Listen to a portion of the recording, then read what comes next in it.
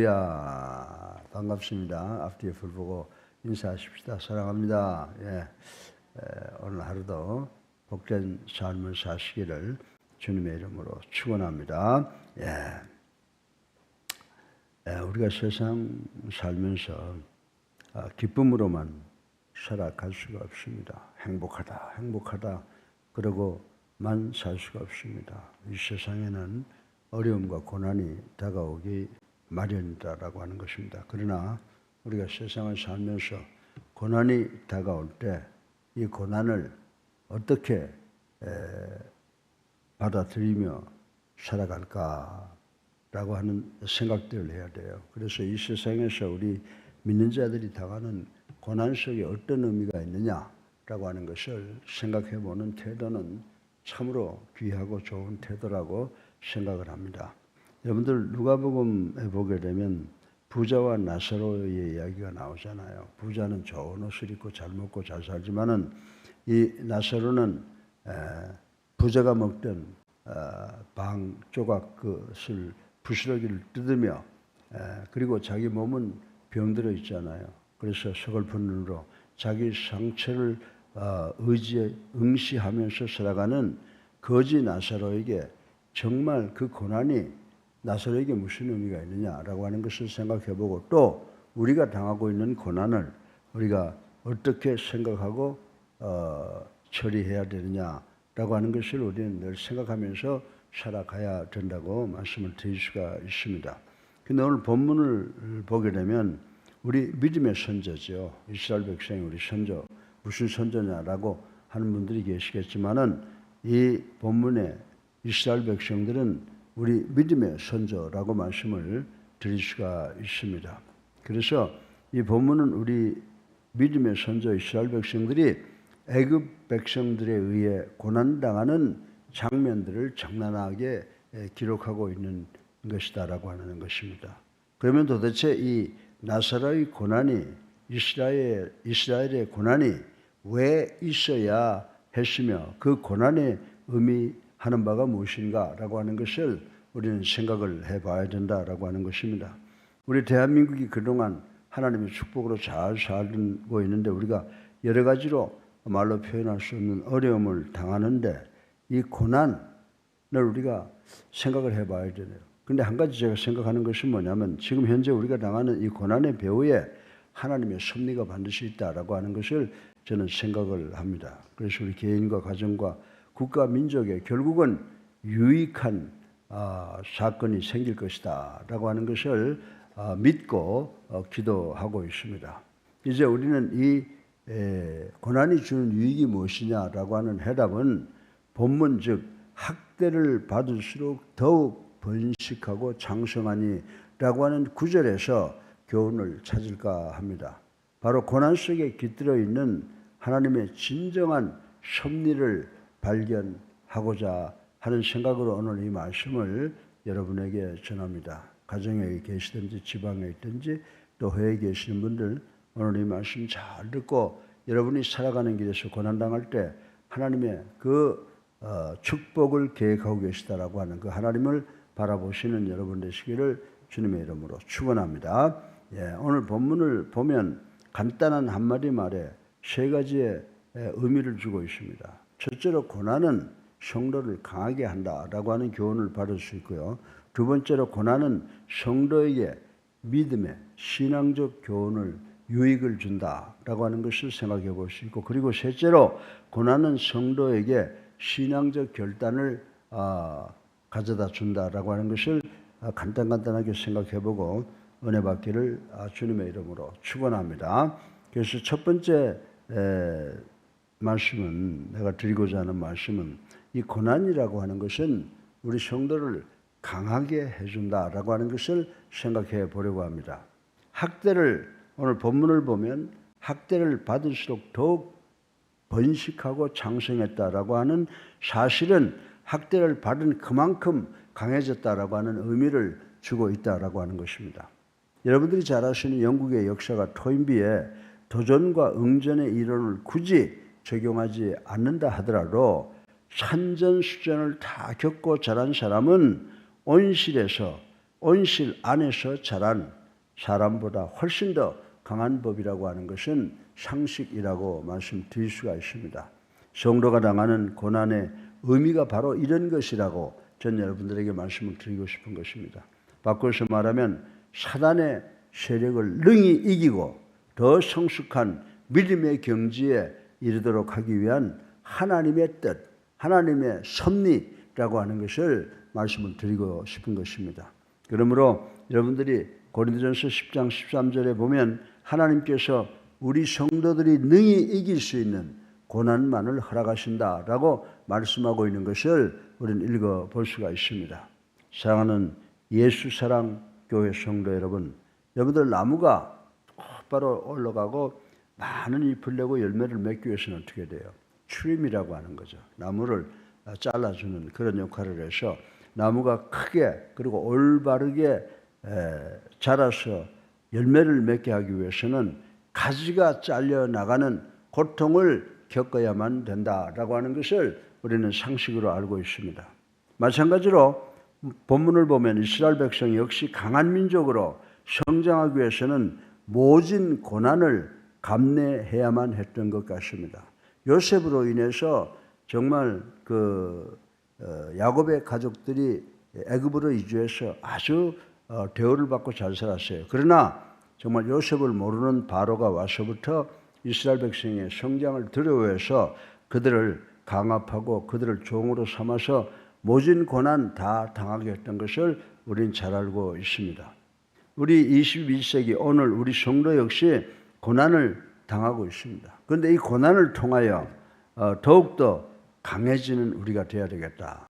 우리도 역시 고난을 통하여 더욱 강해지는 믿음의 백성이 되어야 되겠다라고 하는 것을 오늘 제가 여러분들에게 말씀을 드리려고 합니다.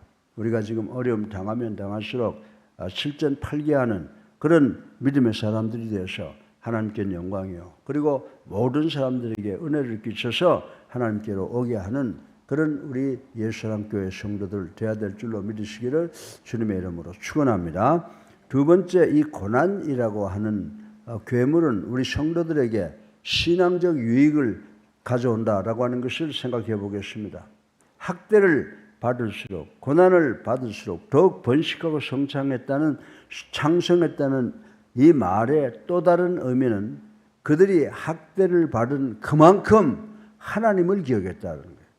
고난당할 때, 어려움 당할 때마다 이스라엘 백성들은 누구를 기억했다고요? 하나님을 기억했다라고 하는 의미를 우리는 깊이 생각해 봐야 됩니다. 그래서 성경 역사 여호수아서 24장 14절을 보면은 정말 고난을 통해서 평안할 때는 저들이 하나님을 찾았는데 그들이 평안할 때는 이스라엘 백성들이 평안할 때는 흔히 하나님을 잊곤 했다라고 하는 것을 여호수아서 24장 14절을 통해서 알 수가 있습니다. 그러나 고난을 당할 때 그들은 잊고 있던 하나님을 다시금 기억하고 하나님을 믿으려고 애쓰는 것을 발견할 수가 있다라고 하는 것입니다. 바꿔서 말하면 고난으로 인하여 이스라엘 백성들은 패역해진 도덕성을 다시 회복하고 잃어버린 신앙을 되찾았다라고 하는 것입니다. 이것이 바로 성도가 당하는 고난의 유익이며 참된 의미라고 전 여러분들에게 말씀을 드릴 수가 있습니다. 실로 하나님은 고난을 통하여 죄의 습관을 꺾어버리고 빛의 자녀로서 거룩한 삶을 살게 한다는 것을 우리는 인식해야 되는 줄로 믿으시기를 주님의 이름으로 축원합니다. 사랑하는 예수님께 성도 여러분, 우리는 고난을 당할 때 우리의 신앙 상태를 한번 점검해 보아야 할 필요가 있다고 전 여러분들에게 말씀을 드리고 싶은 것입니다. 왜냐하면 그 고난이 불신앙의 결과일 수도 있기 때문이라고 하는 것입니다. 실로 고난은 성도들에게 신앙적 유익을 가져다 주는 줄로 믿으시기 바랍니다. 또한 이것이 성도에게 고난을 허락하시는 하나님의 의도라고 하는 것을 우리는 깨달아야 된다라고 하는 것입니다. 우리가 어려움 당하면 내가 하나님께 뭔가 잘못한 거 아닌가라고 하는 것을 생각하고 더 무릎 꿇고 하나님께 기도하고 신앙적으로 올바른 그 길을 걸어가기 위해서 최선을 다하시는 우리 모두가 되시기를 주님의 이름으로 축원합니다. 셋째로 마지막으로 고난은 성도에게 신앙적 단계를 가져다 준다, 이런 생각을 해볼 수가 있습니다. 마지막으로 학대를 받을수록 더욱더 번식하고 장성했다는 말의 의미는 학대를 받은 그만큼 백성들 간에 서로 단결했음을 의미합니다. 여러분들, 우리가 초대교회 성도들 보게 되면요, 그 로마 제국의 그 무서운 학대를 당하지 않습니까? 예수 믿다가 발견되면 어떻게 돼요? 십자가에 달려 죽죠.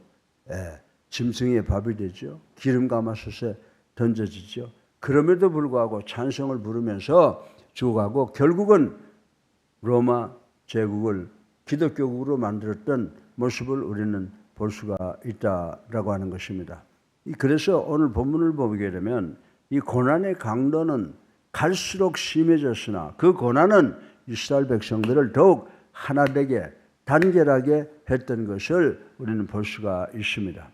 그래서 이런 단결은 후일 초대교회에 대한 이방인의 핍박이 성도들을 더욱 뭉치게 해서 결국 로마 제국을 기독교화시키는 그런 역사, 엄청난 역사를 이루게 된 것이라고 볼 수가 있는 것입니다. 그래서 우리는 기독교를 바라볼 때 기독교는 실제로 고난을 통해서 고난 속에서 확장되었기에 우리 기독교를 가리켜서 고난의 종교라고 해도 틀린 말은 아니라고 저는 생각을 합니다. 사랑하는 예수님께 성도 여러분, 성도가 당하는 고난의 의미는 바로 이것인 줄로 믿으시기를 주님의 이름으로 축원합니다.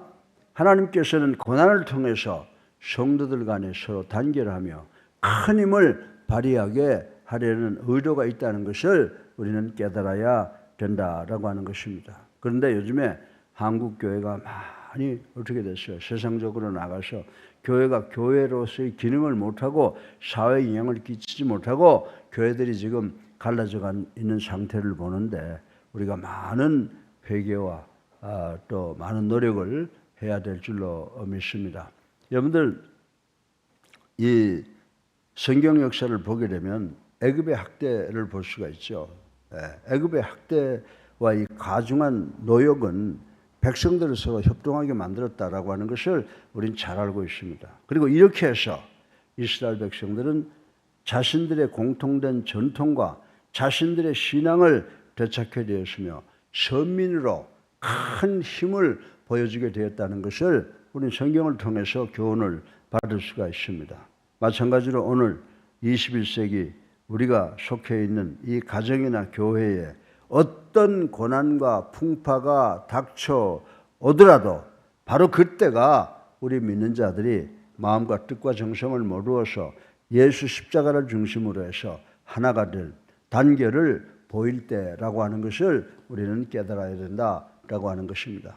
사랑하는 성도 여러분, 진정 고난을 당할 때 우리 믿는 자들은, 우리 성도들은 굳은 신앙 공동체를 이루어 큰 힘을 발휘하는 우리가 되어야 될 줄로 믿습니다.